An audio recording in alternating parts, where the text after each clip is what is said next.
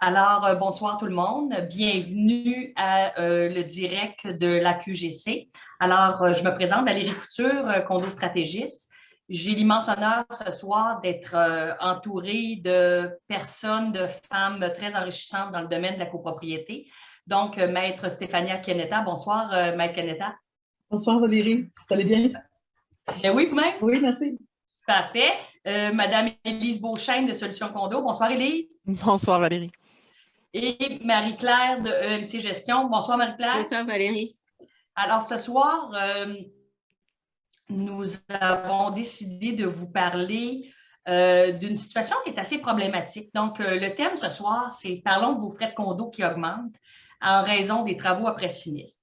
Alors, il y a beaucoup de choses qui ont circulé dans les médias et comme association, on trouvait important ce soir de partager les situations, les problématiques rencontrées dans la gestion des copropriétés. Et on a un panel de 3 personnes très impliquées qui vont pouvoir répondre à, probablement vous éclairer, répondre à plusieurs questions chez les copropriétaires et les administrateurs dans nos syndicats. Alors, sans plus tarder, je laisse la parole à Élise qui va nous présenter l'association. Et par la suite, Maître Kenetta va nous faire une remise en contexte sur la situation.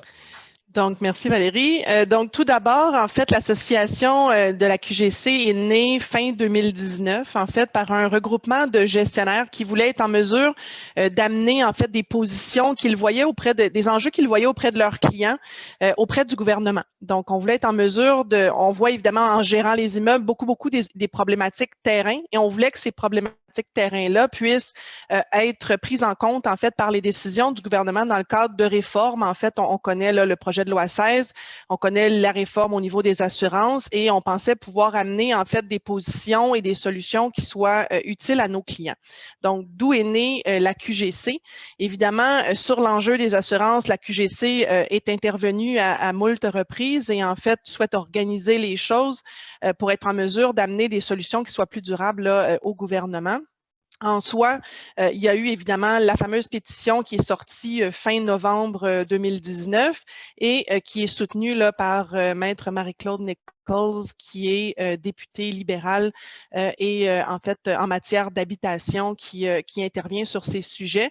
Donc, on la remercie d'avoir soutenu la pétition et évidemment, en fait, pour être clair avec les auditeurs ce soir, on ne souhaite pas revenir en arrière sur la réforme de 2018, mais on souhaite ramener en fait un cadre qui va amener de la prévisibilité et de la simplicité dans le processus d'indemnisation parce que, bon, on va vous entretenir ce soir sur tous les enjeux que ça apporte, mais évidemment, quand on paie de l'assurance, on souhaite que l'assureur soit là au moment où quelque chose de malheureux se produit, donc un sinistre, et en ce moment, c'est malheureusement un enjeu et c'est très difficile là, dans certaines situations. Merci beaucoup, Élise, pour la présentation de la QGC. Et oui, effectivement, le thème ce soir, c'est vraiment de se rendre compte qu'on veut investir les sommes d'argent des charges communes dans l'entretien du bâtiment, dans le fonds de prévoyance, dans le carnet d'entretien qui est maintenant une obligation. Et malheureusement, il y a beaucoup de sommes d'argent qui sont déviées par la réparation. Fait que ce soir, c'est un peu là-dessus autour de ça qu'on va graviter. Sans plus tarder, je cède la parole à Maître Stéphania Kenetta, qui va nous faire un petit rappel de certaines dates et d'items importants dans la copropriété. Oui, ben en fait, je souhaite faire avec vous un petit retour en arrière. Donc, si on revient à la base, c'est quoi un syndicat? Surtout, c'est quoi l'objet d'un syndicat? C'est l'article 1039 du Code civil qui dit que le syndicat doit voir à la conservation de l'immeuble, à l'entretien et l'administration des parties communes, à la sauvegarde des droits afférents à l'immeuble ou à la copropriété, ainsi que toutes les opérations d'intérêt commun. En date du 10 janvier 2020, avec le projet de loi 16, cet article-là a été bonifié. Donc, on est venu ajouter que la collectivité des copropriétaires, donc le syndicat, doit notamment veiller à ce que les travaux nécessaires à la conservation et à l'entretien de l'immeuble soient effectués. Bien, évidemment, quand on dit conservation de l'immeuble, ça implique aussi l'obligation de souscrire à une assurance. Et d'ailleurs, on l'oublie souvent, mais le syndicat a l'intérêt assurable autant dans les parties privatives que communes. Donc, ce n'est pas juste les parties communes, il assure également les parties privatives. En 2018 est entré en vigueur donc le fameux projet de loi 141 qui a amené avec lui l'entrée en vigueur des articles 1074.1, 1074.2 du Code civil du Québec. Et l'article 1074.1, lorsqu'il est venu dire lorsque survient un sinistre qui met en jeu la garantie prévue par un contrat d'assurance de biens qui a été souscrit par le syndicat et que le syndicat décide de ne pas se prévaloir de son contrat d'assurance, il doit avoir avec diligence à effectuer les travaux. Donc, il doit avoir à la réparation des dommages qui ont été causés aux biens assurés par le sinistre. Donc, ce qu'on comprend tout de suite, c'est que si le syndicat ne se prévaut pas de son contrat d'assurance,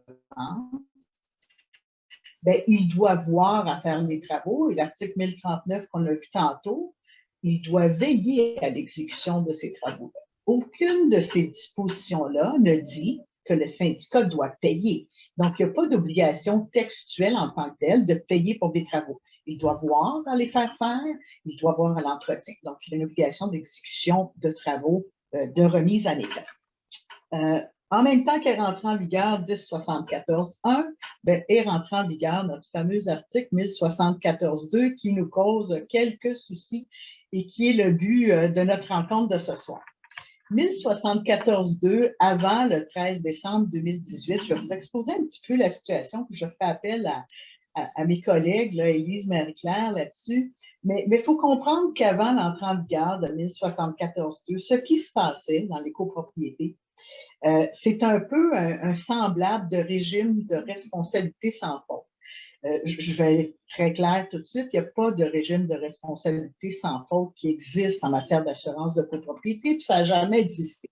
Mais c'était un peu comme si, c'est-à-dire qu'on s'en remettait aux clauses des déclarations de copropriété qui prévoient qu'un copropriétaire est responsable des conséquences dommageables qui se produisent par le fait d'un bien ou qui se produisent par son locataire, un occupant, etc. Et donc, on tenait le copropriétaire responsable via ces clauses de la déclaration de copropriété qui, n'oublions pas, c'est le contrat qui lie les parties, syndicat et copropriétaire.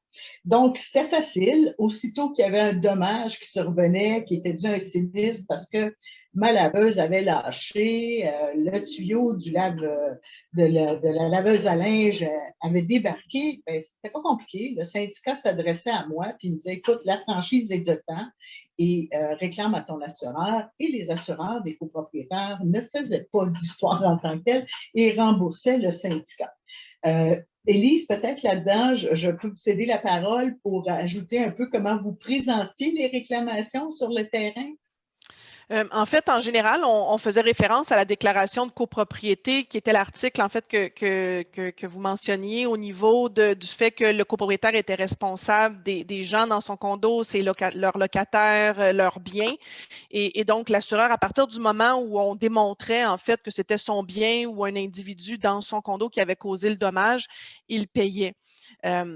Ma compréhension à l'époque, puis je pense que c'est ce que le BAC mentionne dans son mémoire en réponse au mémoire de la QGC, c'est qu'en fait, on était dans une assurance bien en partie et dans le cadre d'une assurance bien qui est par opposition à l'assurance responsabilité civile, de l'assurance bien, en fait, indemnise sans égard à la faute. Donc, le débat sur la faute à l'époque ne faisait pas nécessairement toujours débat comme c'est le cas aujourd'hui puisque les copropriétaires sont exclusivement assurés en responsabilité civile. Okay. Effectivement.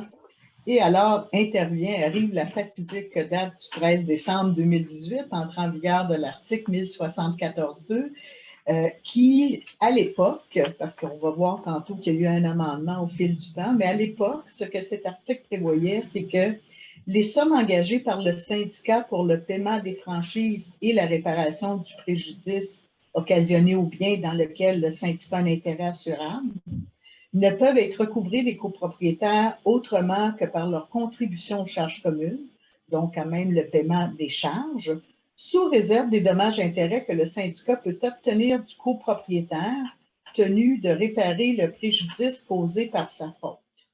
L'article continuait en disant « est réputée non écrite toute stipulation qui déroge aux dispositions du premier alinéa ». Donc, d'emblée, cet article-là est venu enlever tous les faits de nos clauses de déclaration de copropriété qui prévoyaient la responsabilité du copropriétaire pour les effets dommageables, les conséquences dommageables dues à un sinistre. Fait qu'on n'était plus capable de l'appliquer et donc plus capable d'imputer au copropriétaire automatiquement le coût des travaux. Également, ben, les assureurs, les experts en sinistre ont rapidement vu la fin du premier paragraphe qui est tenu de réparer le préjudice causé par sa faute. Et rapidement, ce qu'on s'est aperçu, c'est que les réponses que l'on avait, c'est ben, mon assuré n'a commis aucune faute. Si tu n'es pas capable de prouver la faute, ben, moi, je n'ai pas à rembourser le syndicat pour sa franchise. Je vais laisser mes collègues gestionnaires peut-être parler un petit peu de l'expérience terrain, puis on reviendra après sur ce qui est arrivé au niveau législatif là, suite à ça. Tout à fait. Merci, Maître Canetta. Ma prochaine question, je vais la poser à Marie-Claire, puisque comme gestionnaire de copropriété, on a toutes des histoires. Et quand je dis histoire, c'est des expériences et du vécu. Mais Marie-Claire, peux-tu donner un exemple dans le sens de ce que vient d'expliquer Maître Canetta, c'est que maintenant, faut prouver, il faut se débattre pour prouver la faute, tandis que avant, c'était clair que si c'était la machine à laver du copropriétaire, ben, il y avait une responsabilité qui était prise en charge, etc. Est-ce que tu peux faire un petit bout là-dessus, Marie-Claire, s'il te plaît?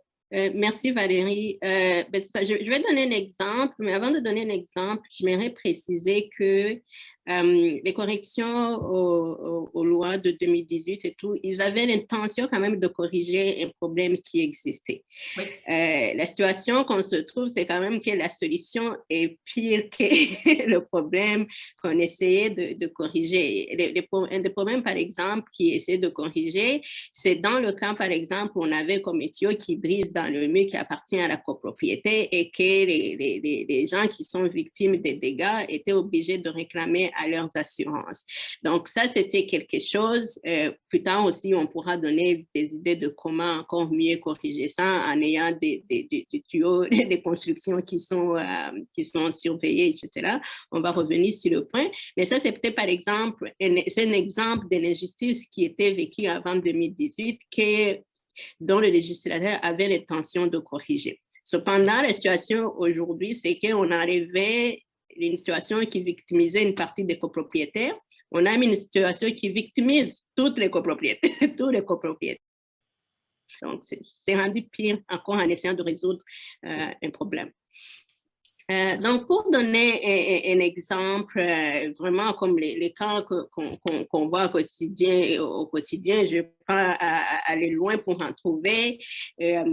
Chaque jour, j'en ai, et par chance ou par malheur, j'en ai encore une réponse aujourd'hui des assureurs d'un copropriétaire qui m'explique que la douchette qui coulait pendant combien de mois pour endommager, limiter en dessous, ce n'est pas la faute du propriétaire de cette douchette-là, puisque il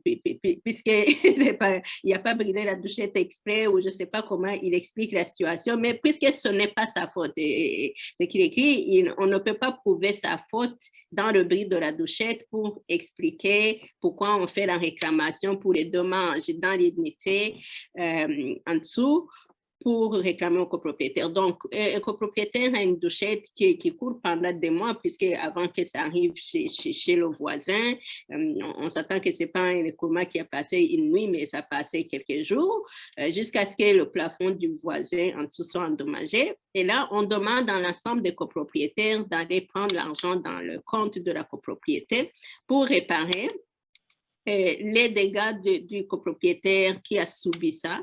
Donc, et le copropriétaire qui a subi ça paye et le voisin qui habite à l'autre étage dans la section ouest de l'immeuble paye pour quelque chose qu'un seul copropriétaire était clairement négligent. Il ne faut pas se le cacher. C'était négligent de voir quelque chose qui court pendant les mois. Puis bon, il ne sait pas où allait l'eau qui coulait. Donc, ce n'était pas sa faute. Il peut penser que ça coulait dans un drap ou quelque chose.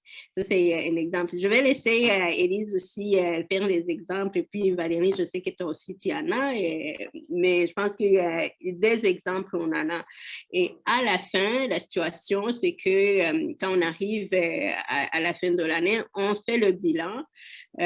Donc, l'argent des copropriétaires, un certain montant qui est parti à toutes sortes de ces sinistres-là, il faut renflouer le fonds de franchise. Cet argent qu'on devrait mettre sur la réparation de maçonnerie qui arrive, qui ont besoin d'être réparés, qu'on doit mettre ici la réparation des gouttières de toiture et tout, on l'a utilisé pour réparer les plafonds et les planchers des sinistres que les assurances auraient dû réparer. Donc, vous payez les copropriétaires qui sont là ce soir, les copropriétaires dans les copropriétés payent tous les jours pour faire les réparations au lieu de payer tous les jours pour entretenir. Si on revient à l'explication à quoi ça sert un syndicat, on ne paye pas pour maintenir l'immeuble, c'est là qu'on devrait mettre l'argent, l'ensemble des copropriétés devrait aller, mais on paye plutôt pour les réparations récurrentes. Tout à fait. Récurrentes. Merci. Merci Marie-Claire. Juste, je fais un petit peu de pouce sur ce que tu viens de dire avant de céder la parole à Élise, mais l'importance, il y a effectivement, lorsque les syndicats rendent compte de leur gestion à l'Assemblée générale annuelle, doivent justifier. Et c'est là qu'on a l'impression parfois que les gens disent tout d'un coup, oh, mon Dieu, c'est grave, on a dépensé 50 000 $ en réparation pour 2 unités, ou, etc. Et là, les gens se questionnent sérieusement. Puis, tu l'as bien expliqué, Marie-Claire, la tristesse de mettre de l'argent dans les réparations de dommages par l'eau et ne pas l'investir dans l'entretien de la copropriété, c'est un problème.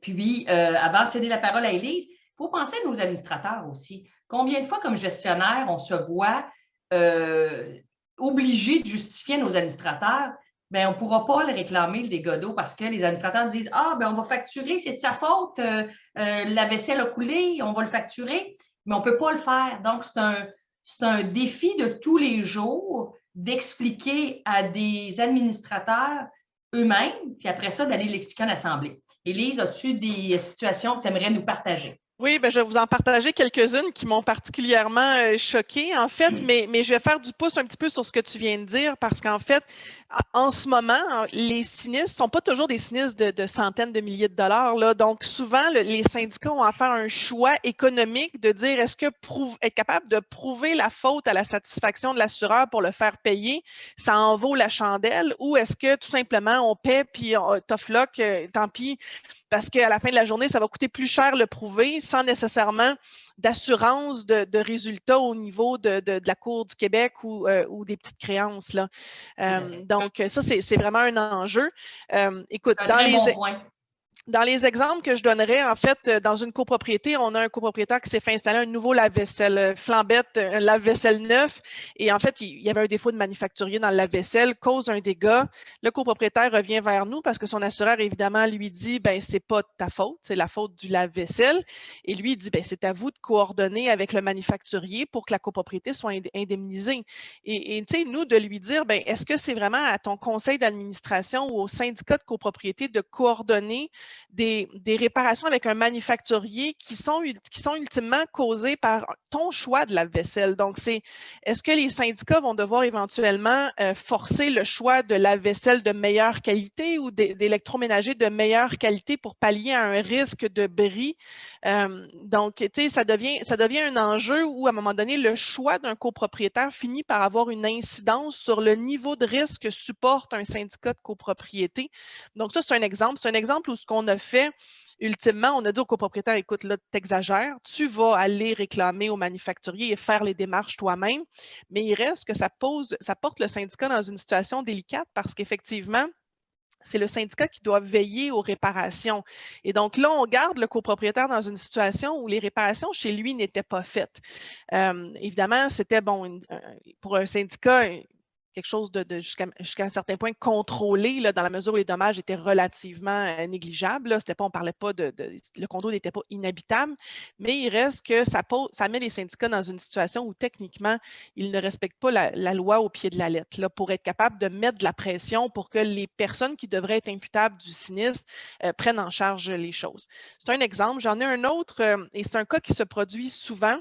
Dans la loi, lorsqu'ils ont changé de 74.2, on parle en fait du fait ou de la faute d'une autre personne que le copropriétaire, mais cette autre personne-là, malheureusement, n'englobe pas le locataire comme c'était le cas lorsqu'on avait accès à nos déclarations de copropriété, ce qui nous amène face à toutes sortes de situations. Je vais vous en donner une vraiment choquante, mais on a en fait, dans une unité de condo, les locataires ont fait des dégâts à plusieurs reprises. La première fois, c'était un bris d'aquarium. L'assureur de la locataire a finalement accepté d'indemniser, mais bon, on a eu tous les enjeux en fait, où la proposition monétaire de l'assureur était inférieure à ce que ça coûtait réparer. Parce qu'évidemment, des fois, ils vont se dire, est-ce qu'on va prendre l'indemnité dans la mesure où on ne veut pas se battre pour l'écart par rapport à cette indemnité-là? Mais on a fini par régler. Et le deuxième sinistre, en fait, était l'animal de compagnie, donc un chat en l'occurrence, qui urinait sur les planchers. Et donc, les planchers ont dû être remplacés. Et malheureusement, sur la police d'assurance de cette locataire-là, il y avait une exclusion par rapport aux dommages causés par un animal de compagnie hors des lieux duquel la personne est propriétaire. Ce qui faisait en sorte que c'était une exclusion, en fait, face à la police d'assurance du locataire. Nous, on est revenu face au copropriétaire pour dire, tu as jusqu'à un certain point, une responsabilité de veiller à ce que ton locataire soit bien assuré. Et si jusqu'à un certain point, ça ne couvre pas tous les risques, ben, loue ton condo sans animaux de compagnie, par exemple. Donc, on a voulu imputer la responsabilité au copropriétaire face au fameux locataire. Et évidemment, l'assureur n'a jamais donné gain de cause au syndicat. Donc, c'est un dossier qui aujourd'hui est judiciarisé. Mais c'est des cas de figure. Tous les cas de figure avec les locataires sont à l'heure actuelle un enjeu face à la loi parce que les assureurs vont toujours dire que l'assuré, en fait, qui est le copropriétaire, n'est pas en faute puisque ce n'est pas lui qui habite le condo. Et là, ben, on laisse les copropriétaires, en fait, les syndicats face aux réclamations avec les assureurs des locataires. Merci, Elise. Je vais prendre un petit bout de ce que tu viens de dire pour Maître Canetta, qui peut sûrement nous éclairer. En fait, ce qu'on comprend dans l'histoire qu'Élise a contée, puis je suis contente que tu partages cette histoire-là, puisque c'est important que les copropriétaires et les administrateurs qui écoutent ce soir comprennent que c'est devenu vraiment de toutes sortes de choses qui est remis au syndicat dans ses mains en disant « arrangez-vous avec ça ». Maître Canetta, comment un syndicat peut penser dans un premier temps investir pour se défendre? Jusqu'à quand, comment ça fonctionne pour que les administrateurs puissent penser recouvrer un certain montant d'argent? C'est parce que ça coûte cher monter un dossier, ça coûte cher aller présenter, il y a des remises, il y a toutes sortes de choses. Comment ça fonctionne? Parce que je pense que c'est important aussi dans le suivi qu'on dise ben, il n'y a pas possibilité de réclamer, ça ne vaut pas la peine de se battre. Oui, en fait, avant même de se battre, c'est que les syndicats sont devenus un peu leur propre assureur. Hein? C'est-à-dire qu'on leur demande d'être un expert en sinistre, de faire une enquête sur est-ce que la copropriétaire ou le copropriétaire a entretenu le tuyau? Est-ce qu'il aurait dû s'apercevoir que ça coulait?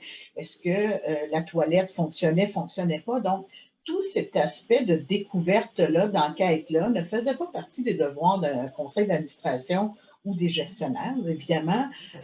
Et maintenant, c'est partie intégrante de leur tâche parce que s'ils veulent réussir à faire une preuve au tribunal ultimement, bien, ils doivent avoir quelqu'un, un professionnel, qui vient leur dire la cause ou l'origine du sinistre, voici ce qu'elle est. Alors, il y a tout ça, il y a tous ces coûts qui sont associés à cette investigation-là, si je peux m'exprimer ici. Puis une fois qu'on vient nous voir, nous, avocats, puis qu'on nous dit, ben voici ma réclamation, bien, c'est sûr qu'il faut monter le dossier. Vous savez qu'en bas de 15 000 $, vous êtes admissible, les syndicats sont admissibles à la division des petites créances de la Cour du Québec. On ne paye que le thème judiciaire, les avocats ne sont pas permis et donc les frais sont moindres. Évidemment, le problème se pose, je dirais, dans les réclamations qui se situent entre 15 000 et 30 000. parce que vous n'êtes plus admissible à la division des petites créances. Il faut aller absolument à la Cour du Québec, Chambre civile, la division régulière, et les syndicats de copropriété étant des personnes morales, sont obligés d'être représentés par avocat. Alors, on peut s'imaginer que sur une réclamation de 30 000, monter un dossier, bien, vous allez facilement en dépenser un 5, 6, 7 000 en honoraires d'avocat, débourser, taxes, etc. Fait que souvent, ce que je vais dire à mes clients, c'est ben, réfléchis et peut-être diminuer ta réclamation à 15 000 pour te prévaloir des petites créances et pas encourir de frais. Puis encore là, au tribunal, bien, il faudra que tu fasses ta preuve, c'est-à-dire ben, démontrer de où provient le sinistre. Tantôt, on parlera d'une présomption là, qui est rattachée à l'article 1465, mais dans le cas, par exemple, où Élise en parlait, puis j'en ai un dossier en ce moment où la locataire voit l'eau sortir de la douche. C'est très, très clair. Là, sur la vidéo, ça sort. Écoutez, vous n'avez aucune idée. Impossible de ne pas voir ça. Mais la locataire n'est pas assurée, la copropriétaire ne vit pas sur place, et donc elle n'est pas le gardien du bien.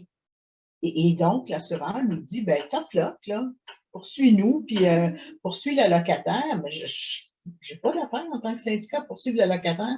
Je veux poursuivre ma copropriétaire, mais ça, c'est des coûts. Alors, mais les dommages sont à ce point importants, évidemment, que le syndicat décide de poursuivre. Mais ça, je vais vous dire, depuis 2018, on n'a jamais eu autant de dossiers d'assurance. On n'en avait presque jamais des réclamations d'assurance sur nos bureaux, puis c'est devenu presque quotidien, là, je vous dirais. Et je pense que même au niveau des tribunaux, on commence à avoir une accumulation de dossiers là, qui se manifestent. Et je ne sais pas si c'est le rôle des tribunaux, en fait, de se prononcer, puis on l'a vu un peu dans un des articles. Est-ce que c'est le rôle d'un tribunal de déterminer qui a jeté le papier de toilette? C'est-tu parce qu'on a jeté des lingettes? C'est-tu parce qu'on a mis des lingettes qu'il n'aurait pas fallu mettre? C'est pas pour ça que les tribunaux sont là. Alors... Mais si je peux me permettre, Maître Pianetta, est-ce qu'on est en train de transformer nos administrateurs de copropriété en Colombo, en avocats? Parce qu'aller aux petites créances, c'est une belle option, mais nos administrateurs ont tellement déjà de défis dans la gestion de leur copropriété qui soient accompagnés par des gestionnaires professionnels comme les dames qui sont ici et ou qui soient en autonome. On vient remettre une grosse pression sur eux parce que pour aller à la division des cours des petites créances, il faut que tu arrives là bien préparé. Il faut que tu arrives là avec un dossier monté, comme vous venez de dire. Probablement que ça prend, si c'est la laveuse à linge, bien, une expertise pour dire que la laveuse à linge a été expertisée, ces choses-là.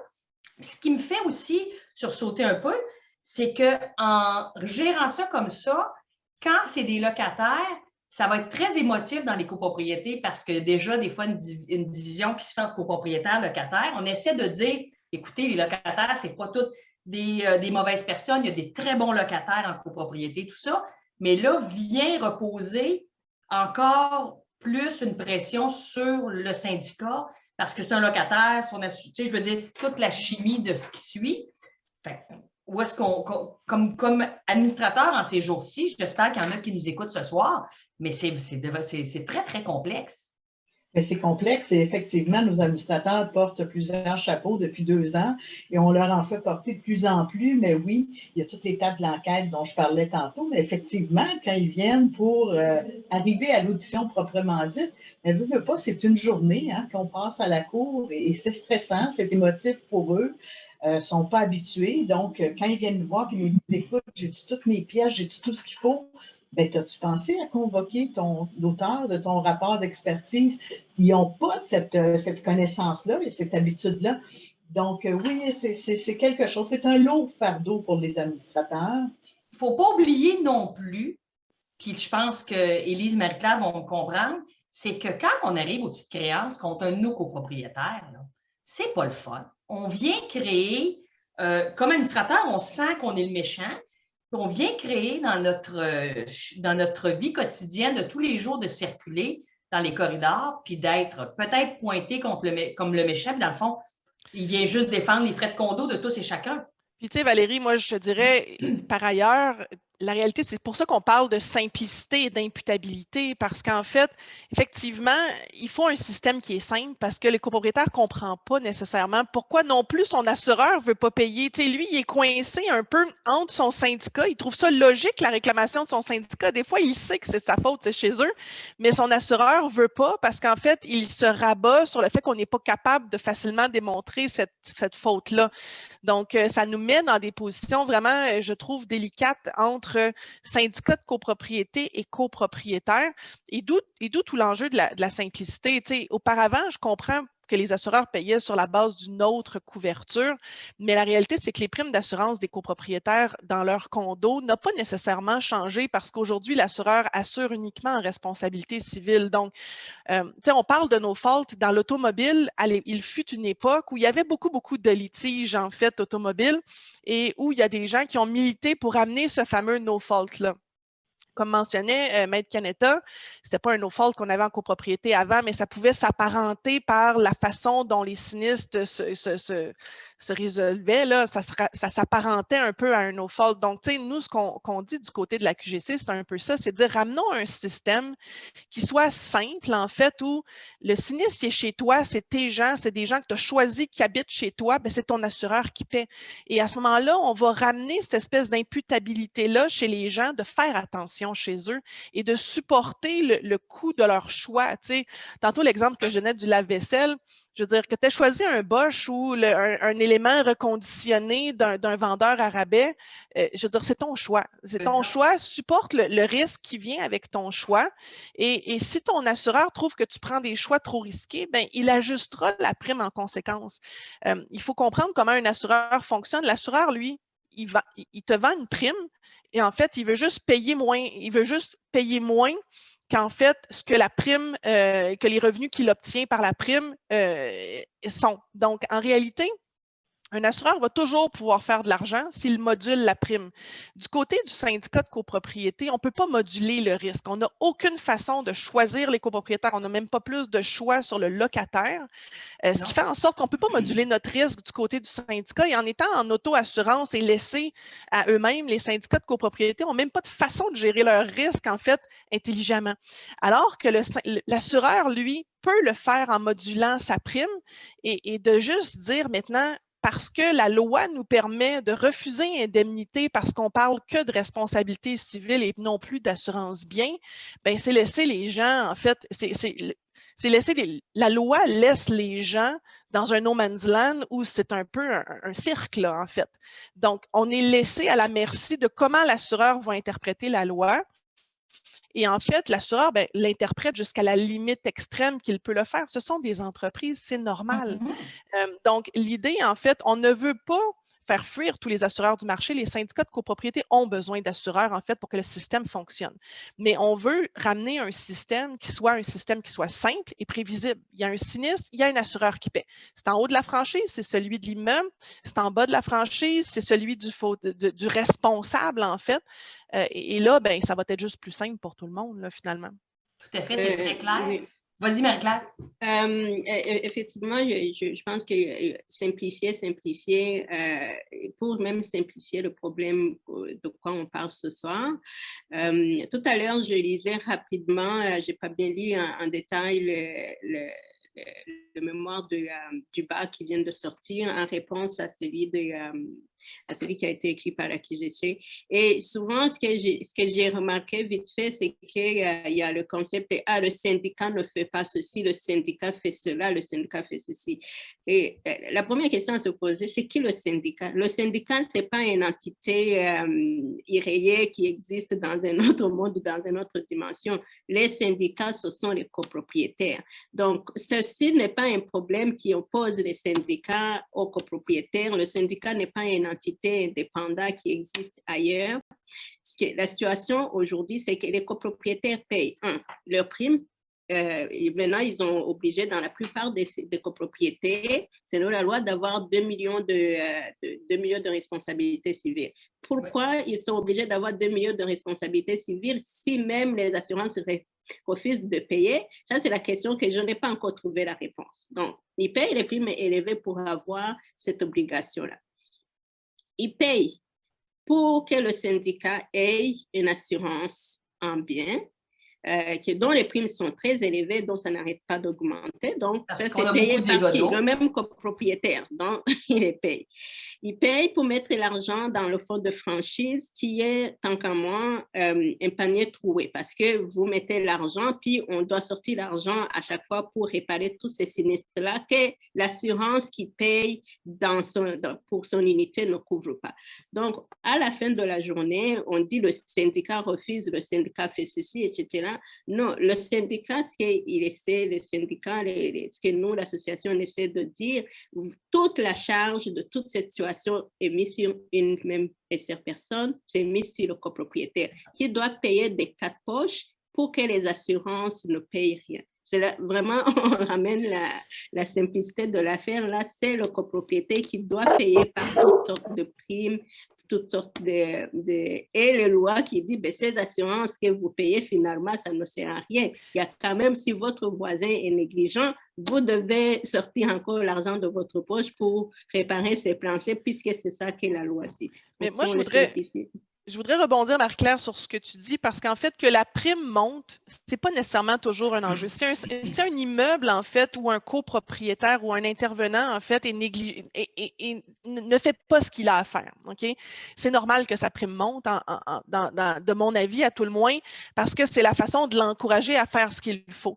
Du côté des gestionnaires, du côté des conseils d'administration, nous sommes, je pense, tous d'avis qu'il faut minimiser les dégâts d'eau parce que c'est un inconvénient. En fait, les gens qui sont victimes du dégât, je veux dire, c'est un inconvénient important chez eux, ça vient déranger ta vie, ça vient te sortir de chez toi le temps des travaux, donc il faut les éviter en fait et je pense que là-dessus, il faut mettre tous les moyens à notre disposition pour faire en sorte qu'il y en ait le moins possible. Donc, nos intérêts, je pense, du côté des syndicats de copropriété, des gestionnaires, des administrateurs, sont alignés avec ceux des assureurs par rapport à l'entretien des bâtiments. Par contre, il faut comprendre en fait aussi que le législateur peut nous aider un petit peu parce que de ces dégâts d'eau-là, il y en a souvent qui vont relever en fait d'enjeux de construction, qui vont découler de vices qui n'ont pas été résolus, de problématiques qui sont derrière les murs et sur lesquelles le copropriétaire ne peut pas intervenir. Et je pense que peut-être les assureurs à l'époque étaient quand même un peu fatigués de payer pour ça parce que les tuyaux qui sont dans les murs sont des parties communes à usage restreint. Et les déclarations de copropriété, quand on y faisait référence à l'époque, on disait, bien, le copropriétaire est responsable des parties communes à usage restreint. Donc, en fait, les assureurs se sont mis à payer, en fait, pour les sinistres qui émanaient de derrière les murs et desquels il n'était pas nécessairement, le copropriétaire n'a pas de contrôle là-dessus. Okay? Donc, il n'était pas nécessairement fautif ni responsable, mais de la façon dont ils interprétaient les libellés, ils payaient pour ça. Et donc, je pense que dans le nouveau système, suite à la réforme, on comprend bien que quand c'est derrière le mur, on ne peut pas tenir quelqu'un fautif pour ça. Mais par contre, je pense que le législateur peut venir nous aider en améliorant la qualité des constructions, en forçant les inspections. Les ingénieurs sont venus discuter de ça là, dans les médias il n'y a pas si longtemps avec les architectes, je crois, pour amener les inspections des chantiers comme ça se fait ailleurs au Canada. Amener, en fait, on peut s'inspirer de la France pour les plans de garantie où ils couvrent en fait les dommages pendant une dizaine d'années. Donc, il y a des solutions qui peuvent aider les syndicats de copropriété à avoir des recours, en fait, pour assumer, si je peux dire, les dommages qui découlent d'enjeux de construction qui sont, en fait, des enjeux qui causent des dégâts d'eau aussi, là. Donc, là, à l'heure actuelle, le copropriétaire, comme tu dis, Marie-Claire, en fait, il est toujours à la fin de l'équation. En fait, il est laissé à lui-même parce que comme personne autour de lui veut payer ou être imputable, mais en fait, lui, il se retrouve, le syndicat, à payer pour ça. Et là, on vient un peu, avec le nouveau système, déresponsabiliser même le copropriétaire à certains égards. Donc, il y en a certains qui parfois vont être plus opportunistes et qui vont se dire, ben, est-ce que ce ne serait pas le fun d'avoir un plancher neuf aux frais des 150 autres copropriétaires? Moi, je suis 1 sur 150. Donc, je vais payer ma fraction, ma quote-part à moi de ce dégât-là, et les 149 autres vont payer la balance. Donc, ça amène des comportements, en fait, qui vont contre l'objectif de réduire les dégâts parce que le système ne fait pas de sens, en fait. Donc, la réalité, c'est que là, il faut regarder quel était l'objectif visé. L'objectif des assureurs, c'est de payer moins d'indemnités. Donc, il faut réduire les dégâts d'eau. On le comprend, on est tous d'accord. Mais est-ce que ce système-là qu'on a mis en place, en fait, atteint cet objectif-là? Absolument pas. Donc, il faut, je pense, revoir le système pour regarder toutes les parties prenantes imputables pour atteindre le vrai objectif, là. Je pense que tout à fait. Ça m'amène aussi, vous avez sûrement des copropriétaires qui ont réagi comme ça, c'est que les gens sont vraiment de bonne foi et leur assureur dit non, on ne paiera pas, ça coûte 12 000 $. Puis le copropriétaire, il dit, c'est moi, je suis responsable. Et il décide de payer le dommage, le sinistre puis le dommage. Ça aussi, c'est de toute beauté, mais en fait, c'est que c'est dramatique quand même. C'est dramatique oui. Parce que ce copropriétaire-là, il paye quand même ses primes il paye les primes de l'assurance qui a refusé d'indemniser. Il paye des deux côtés. Il paye sa quote-part du syndicat de l'assurance. Il paye son assureur. Il ne faut pas oublier non plus, Maître Canada pourra revenir là-dessus, mais qu'on a obligé tous les copropriétaires, tu l'as dit Marie-Claire tantôt, maintenant à être assurés pour une valeur supérieure en responsabilité civile de 2 millions. Donc, on doit, comme copropriétaire, payer plus cher. On utilise moins notre assurance et celle des syndicats de copropriété, elle explose. Parce que Maître Canada pourra revenir là-dessus aussi, mais même si on ne réclame pas l'argent de l'assureur, on doit dévoiler les sinistres qui ont lieu dans la copropriété. C'est important, je pense que je vais vous laisser, Maître Canada, faire un petit bout là-dessus parce que c'est très important qu'on comprenne comme copropriétaire et administrateur tous les enjeux quand il y a de l'eau qui coule quelque part. En fait, vous avez raison, hein, c'est peu importe si j'ai l'intention de réclamer ou pas comme syndicat, j'ai quand même l'obligation de dénoncer le sinistre à mon assureur. Ça, c'est indépendamment d'une réclamation. Bon, ce qu'on s'aperçoit dans les faits, c'est qu'on aurait aimé que les deux mains se parlent, là, la main gauche parle à la main droite, puis que le fait de dénoncer à son assureur n'amène pas nécessairement une augmentation de la prime ou de la franchise. Malheureusement, ce n'est pas tout le temps le cas. Et même en l'absence d'une réclamation, on voit des fois les primes ou les franchises augmenter. Mais là où je veux en venir aussi, c'est que je vous écoute, puis je pense que vous résumez bien la situation. Les copropriétaires eux-mêmes, on regarde le syndicat qui est une victime, mais on regarde également le copropriétaire lui-même, où arrive le sinistre. Bien, souvent, il va nous dire, écoute, je sais que c'est ma faute, je suis responsable, mais il ne peut pas le dire parce que faisant ça, c'est une admission pour l'assureur qui va refuser de l'indemniser. Alors, lui se retrouve pris avec une poursuite de son syndicat alors qu'il sait qu'il faudrait qu'il paye, mais en fait, il faudrait que son assureur paye. Et souvent, on lui dit, bien, écoute, nous, le lien de droit, le syndicat est avec toi, donc c'est toi qu'on va poursuivre. Si tu veux poursuivre ton locataire, tu le poursuivras. Si tu dois poursuivre le fabricant de ta cuisinière ou de ton lave-vaisselle, ben, tu le poursuivras. Donc, même ça, pour un copropriétaire, c'est une charge. Parce que dans la vie, il ne s'est pas dit, ben, tiens, je vais acheter un lave-vaisselle puis je vais poursuivre mon fabricant. Il s'attend à ce que s'il arrive un événement, ben, son assureur soit en arrière de lui. Et ce n'est pas le cas. Donc, autant le syndicat qui, comme Marie-Claire le dit très bien, ce n'est pas une entité magique, là, c'est une collectivité de copropriétaires, autant le syndicat a des conséquences des modifications législatives, autant les copropriétaires en ont personnellement, d'autant plus qu'on est venu les obliger justement à s'assurer pour des valeurs. Et donc, on se demande bien, comment ça se fait que d'un côté, on t'oblige à t'assurer, mais de l'autre, ça ne te donne presque plus rien de t'assurer parce que ton assureur intervient presque plus.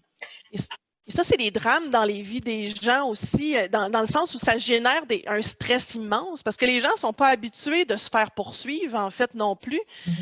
D'autant plus, comme tu dis, ils le savent qu'ils sont fautifs. Donc, ça les met dans une situation de stress inouï, alors que l'objectif, quand on vend un condo, en fait, la promotion autour de la copropriété, c'est une quiétude d'esprit, c'est pas de trouble, le syndicat fait les choses pour toi, etc.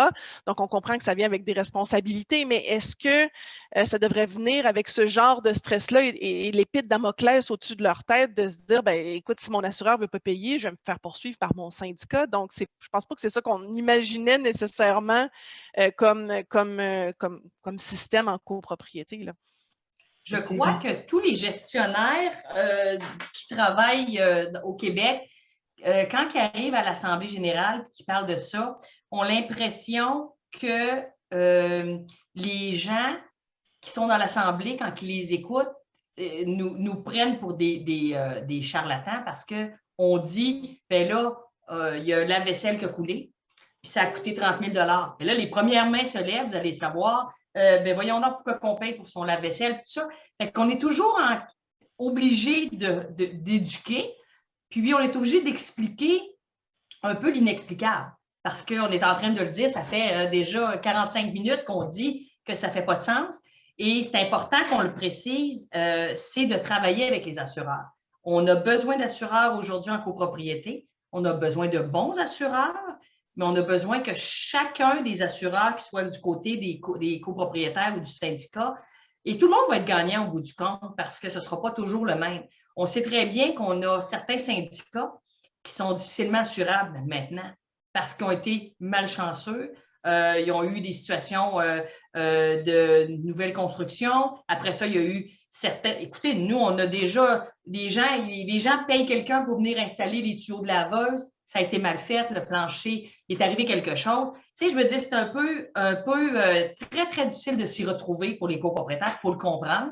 Puis après ça, on lui dit, bien, cette année, ça a coûté 42 000. L'année d'avant, ça avait coûté peut-être moins, peut-être plus. Puis tout l'argent qu'on va prendre de surplus, mais ça n'ira jamais dans le carnet d'entretien, dans les fonds de prévoyance. Ça, c'est une autre chose qu'on doit augmenter en même temps que de payer des dégâts d'eau et de commencer à mettre de l'argent dans le fonds d'auto-assurance. Fait que la facture depuis 2-3 ans pour les copropriétés, là, elle est très salée, qu'on soit petit ou grand, les enjeux sont dommageables. Puis moi, je reviendrai, Valérie, sur le caractère prévisible. Tu sais, tu dis il faut travailler avec les assureurs, puis c'est tout à fait vrai. Puis je pense que dans le mémoire de la QGC, que j'invite tout le monde, tous les auditeurs à aller lire, en fait, parce que surtout la conclusion, c'est intéressant parce qu'on tend la main aux assureurs. Il faut tous travailler dans la direction de réduire les dégâts d'eau, de la prévention, l'entretien des bâtiments. On est tous d'accord et c'est la raison pour laquelle, je pense, tous les gestionnaires du Québec, on est en faveur du projet de loi 16 qui amène davantage ce souci de l'entretien des bâtiments. Ceci étant dit, l'argent ne pousse pas dans les arbres, puis les copropriétaires le savent, là, à la fin de la journée, ils le voient, leurs frais de condo augmenter et ce qu'on ne met pas, en fait, qu'on ne met pas à droite, ben, ce qu'on met à droite, on ne le met pas à gauche. Donc, la réalité, c'est qu'il faut dépenser chaque dollar intelligemment pour que ça aille au bon endroit. Et je pense que c'est l'endroit où le législateur, avec le projet de loi 16, voulait nous amener à le mettre sur le bâtiment. Donc, oui. À ce moment-ci, je pense que, tu sais, c'est sûr que les syndicats de copropriété s'attendent des assureurs à ce qu'ils amènent le volet prévisible. Parce que le volet prévisible, il est utile pour les syndicats, il est utile pour les copropriétaires aussi, parce que dans le fond, quand il y a un dégât, tu le sais que ton assureur va payer, mais il est utile aussi pour les assureurs, parce que les assureurs travaillent avec des actuaires pour savoir le risque, etc. Et un risque qui est prévisible et quantifiable.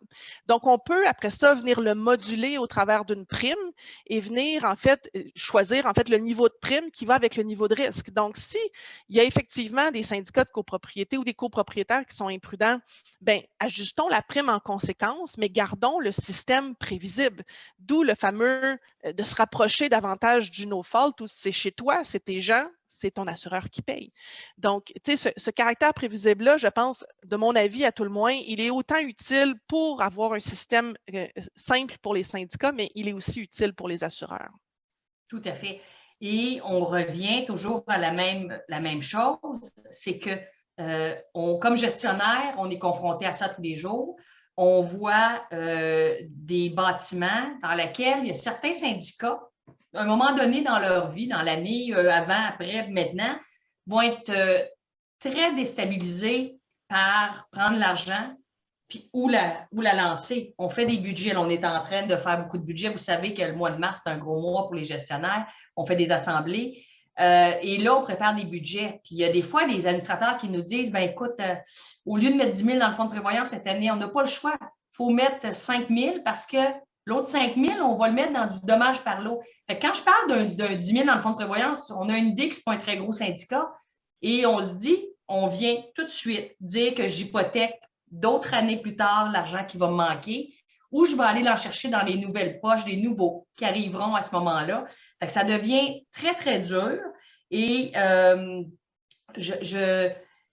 on est très clair là-dessus. Il faut absolument qu'il y ait quelque chose qui change. mais on est d'accord qu'il y a une responsabilité. Si le syndicat ne fait pas son travail d'entretenir son bâtiment, bien là, il ne fait pas son rôle d'administrateur. Là-dessus, peut-être que Stéphania pourra nous préciser certaines clauses que les administrateurs ont à faire là-dessus, mais il est de leur devoir d'entretenir conformément le bâtiment pour s'assurer d'éviter des dommages. Il y en a qui, malheureusement, il y en a des fois qui vont dire « Ah ben non, on le sait que c'est fini la toiture, mais on va la repousser, puis c'est pas possible. Elle ne devrait pas être repoussée. » Je ne pense pas qu'il faut généraliser, en fait. Je m'excuse d'interrompre. Je Non. ne pense pas qu'il faut généraliser. En fait, il y a eu des cas au Québec qui ont été des cas dramatiques, c'est clair, mais je ne pense pas que tous les immeubles étaient nécessairement dans des situations dramatiques. Non. Je faisais le point au niveau des assemblées. Moi, je vois des assemblées de copropriété là où il y a des personnes, en fait, plus âgées qui sont sur des revenus fixes et à qui on annonce, en fait, qu'ils ne seront plus capables d'habiter en copropriété parce qu'ils n'ont juste plus les moyens. Et j'ai entendu, moi, des gens qui ont dit, mais ils ont juste à vendre leur condo puis déménager. Mais ces gens-là, ils ont acheté leur condo en connaissant, en fait, un mode de fonctionnement X et ils avaient les moyens d'avoir ce mode d'habitation-là. Mais là, on est en train drastiquement de changer le mode de fonctionnement dans lequel évoluait la copropriété. Et là, ben, il faut comprendre là, que la copropriété, il y a du accès condo, il y a des gens plus âgés, il faut avoir un système, en fait, qui permette quand même à ces gens de rester dans leur condo. Je ne dis pas que je dis pas nécessairement qu'il faut faire. C'était inévitable que les frais de condo étaient pour augmenter dans le cadre du projet de loi 16. Il faut en mettre plus sur le bâtiment. C'était inévitable. Mais là, on en met plus par-ci, plus par-là, plus par-là. À un moment donné, il y a une limite à ce que les gens sont en mesure de payer. Mais je pense aussi que tout est arrivé en même temps. Le projet de loi 16 en 41, donc tout arrive en même temps, puis veut pas, les poches sont toujours les mêmes, les fonds sont toujours les mêmes. Il faut éviter, socialement, je pense qu'il faut éviter, mais il faut éviter de désintéresser les gens au marché de la copropriété. Parce que c'est ça qui risque d'arriver. Il y a des gens qui ne sont plus capables ni plus intéressés à habiter ce mode de propriété-là, qui est pourtant un beau mode de propriété. Puis effectivement, Élise, vous le dites, il y a des drames humains qui se passent parce que notamment les personnes âgées, revenus fixes, n'ont pas les moyens de faire face aux augmentations qui sont malheureusement tout à fait en même temps. C'est vrai que ce n'était pas correct, qu'on ne mettait pas assez d'argent avant dans l'entretien et tout, mais ça, combiné à 10,74,2, combiné au carnet d'entretien, combiné au fonds de taux assurance, c'est tout en même temps et c'est beaucoup. Qu'est-ce qu'on pense de la dépréciation, Maître Canetta? Le syndicat, comment il réagit quand les assureurs enlèvent la dépréciation? Bien, comment il réagit? Il réagit bien parce que lui subit un dommage puis il est obligé de payer à neuf. Je veux dire, il ne paye pas moins. Nous, évidemment, on se bat toujours là-dessus là, pour avoir gain de cause. Je subis un dommage qui vaut X montant et donc c'est ce montant-là que tu dois me rembourser. Mais effectivement, il y a souvent une dépréciation qui est appliquée par les assureurs. Ça, et sur le terrain, on est toujours en train d'expliquer aux assurances qu'il y a un trou dans le plafond. Là, il n'y a personne qui gagne un plafond neuf en réparant un trou dans le plafond. C'est tellement arsinant quand tu vois les endroits qu'ils appliquent les dépréciations. Tu dis, ben, le plafond, il faut le réparer. Et ça n'a aucune valeur ajoutée d'avoir un plafond réparé, de réparer les trous dans un plafond. Mais bref, mais tout ça, effectivement, si on était resté, si on allait dans l'assurance des biens, ces débats-là, on ne les avait pas. Tous les débats qui sont arrivés avec cette histoire de la 1074, de la loi 1074. Valérie, je pense que tu es sur le point de nous dire que c'est la période des questions. Oui, je les relaye, les questions, je les relaye déjà. Bref, je vais te passer la parole dans 2 secondes, mais je vais juste faire une petite synthèse de quoi on parle ce soir, puis où est-ce qu'on veut en venir. Les solutions existent. L'association, on a proposé des solutions, on les a écrites dans un mémoire.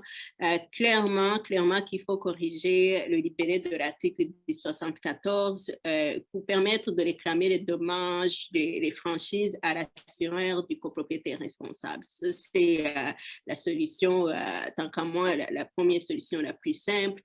Simplifier simplifier la résolution de réclamations associées, on en a parlé, c'était dans les mémoires. Le mémoire est disponible sur le site web de l'association. Et évidemment, il y a comme un nouveau règlement à venir qui va être en vigueur en avril 2022 qui plafonne la franchise à $100,000. Encore une fois, c'est une solution qui n'est pas une solution au problème. Il y a certaines copropriétés qui ont des franchises de 250 000.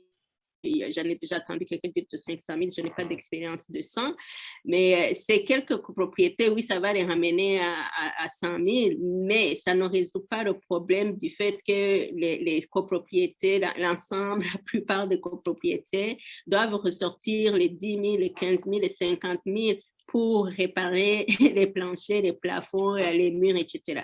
Donc, ça, ce n'est pas vraiment la solution. Ça peut être une bonne chose ou pas, c'est rien. Ça, cette solution, c'est une solution à un problème qui n'est pas.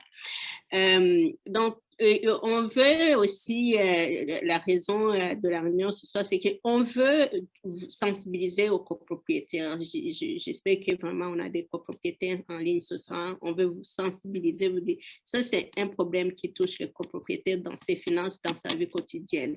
Donc, il faut être mobilisé parce que si ce problème-là, les gestionnaires, on en parle, on nous dit, ben, vous représentez qui? Nous, on se fait porte-parole des copropriétaires, de nos clients de tous les jours parce qu'on est au premier loge de ces drames, on est premier loge de ces problèmes, on est en train de balancer les budgets qui ne balancent pas, on est en train de demander plus d'argent aux copropriétés chaque jour, on le voit, mais à la fin de la journée, c'est les copropriétés. Donc, soyez mobilisés, commentez aux articles qu'on fait sortir pour ce problème-là, remontez ce problème-là, écrivez à vos députés, s'il vous plaît. Écrivez à vos députés. Tout à l'heure, Élise suggérait qu'on propose une lettre, on va mettre un modèle de lettre, écrivez à vos députés. Ce problème-là, il faut qu'il se règle rapidement. Ça fait depuis 2018 qu'on en parle, ça ne se règle pas. Si ça ne se règle pas rapidement, il faut que ça devienne un enjeu électoral. Donc, mobilisez-vous, écrivez à vos députés, faites parlez-en pour que les gens qui vous représentent, qui font les lois qui vous représentent, comprennent c'est quoi le problème. Le BAC, je suis désolée avec tout le respect que je peux avoir pour cette organisation, ne représente pas les copropriétaires, il représente les assurances. Donc, les copropriétaires, parlez, vous avez des voix, écrivez à vos députés, mobilisez-vous sur les réseaux sociaux, etc., montez ce problème-là. Allons on veut vraiment aussi apporter des solutions qui sont quand même permanentes. C'est sûr que les architectes, les ingénieurs qui sont en train de demander les inspections des chantiers, on en a vu des déficiences qui ne font absolument aucun sens, qui auraient pu tous être réglées par une solution encore qui se fait ailleurs, qui se fait en Ontario et tout, les inspections de chantier et tout. Nous, on va sûrement parler de même voix que ces autres organismes qui réclament des inspections de chantier. Donc, ça, c'est des problèmes qui vont résoudre, qui vont être bénéfiques pour les copropriétés et pour les assurances. Nous, on ne travaille pas contre les assurances. On veut travailler avec les assurances pour apporter des solutions durables, mais on ne veut pas apporter de solutions durables aux dépens des copropriétaires. Le copropriétaire qui paye tout n'est pas une solution durable. Un constructeur qui fait un travail comme il faut, c'est une solution durable. Donc, c'est là qu'on veut en venir ce soir. Faisons un débat de société et je laisse Valérie. Voilà. Merci, Marie-Claire. Tu as pas mal fait le mot de la fin. Et oui, il faut vous mobiliser parce que nous, on a beau vous avoir présenté cette émission ce soir. Comme le dit Marie-Claire, les gestionnaires, c'est des choses qu'on vit presque tous les jours. Parce qu'un dégât d'eau, premièrement, quand on a un sinistre, ça peut durer jusqu'à des mois par la suite, le temps de réaliser, de closer cette étape-là. Et comme on l'a dit, Lise l'a bien dit, Marie-Claire l'a dit, c'est très émotif dans la vie de tous les copropriétaires. Et tantôt, Marie-Canetta a parlé de quelque chose, elle a parlé de l'habitation en copropriété. On ne veut pas que ce modèle très populaire d'habitation-là deviennent rejetés parce qu'il y a des situations qui sont transformé en panier percé, puis l'argent sort par là. Donc, c'est super important. Alors, il nous reste 2 minutes. Je laisserai le mot de la fin à Élise puis à Maître Pianetta juste après. Oui, ben écoute, moi je dirais, je pense qu'on a bien résumé les enjeux. Je pense que c'est un sujet qui est complexe, donc et la réalité, c'est qu'il ne faut pas se laisser en fait détourner par la complexité du sujet. Je pense que ce sujet-là, les copropriétaires, en fait, des fois, ne saisissent pas de l'ampleur du problème, en fait, et c'est la raison pour laquelle nous, les gestionnaires, on a comme repris cet enjeu-là pour essayer d'organiser cette mobilisation-là. Et les copropriétaires, c'est vraiment important qu'ils appuient les choses pour que le législateur et le gouvernement soient à l'écoute de ces solutions-là, parce que la réalité, c'est qu'il y a quand même plusieurs parties prenantes dans tout ça, et je pense pas que les syndicats, ce qu'on désire, c'est seulement tirer la couverture de notre côté, mais il faut trouver un système qui est équitable pour tout le monde et qui fait en sorte que chacun fait son travail. En fait, le syndicat va faire son travail au niveau de l'entretien. Le gouvernement nous a incités tous à le faire avec le projet de loi 16, mais je pense que les assureurs ont quand même un travail. Quand il y a une situation malheureuse qui se produit, ils doivent payer. Donc, il faut trouver cet équilibre-là et on fait confiance là, aux législateurs et au ministre des Finances pour nous donner une solution qui soit légèrement plus équitable que celle qui prévaut en ce moment. Merci, Élise. Votre micro. Excusez-moi.